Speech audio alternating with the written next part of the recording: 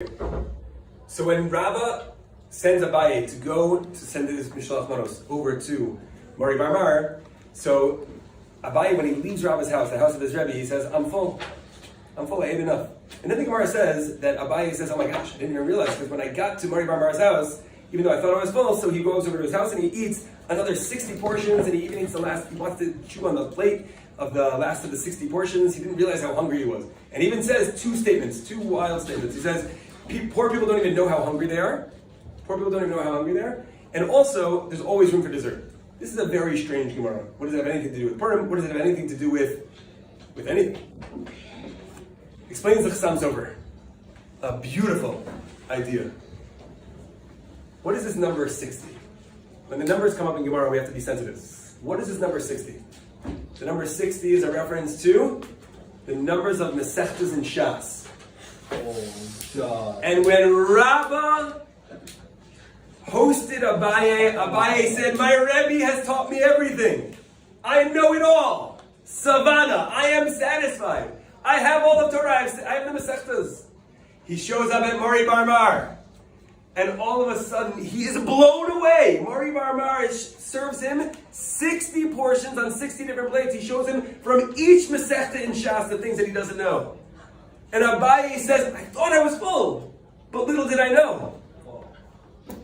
The 60 Masechtas that we think that we know, there's always more. And that is the explanation. That's the explanation for what the two sentences that he says at the end. Sentence number 1, Kafin Anya v'lo yadav. Kafin Anya. An ani is starving and he doesn't even know.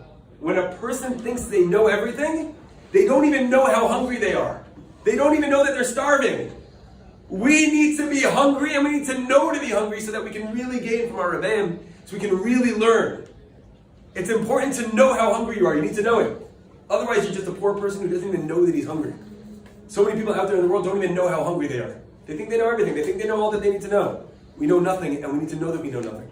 And point number 2, there is always room for a sweet part.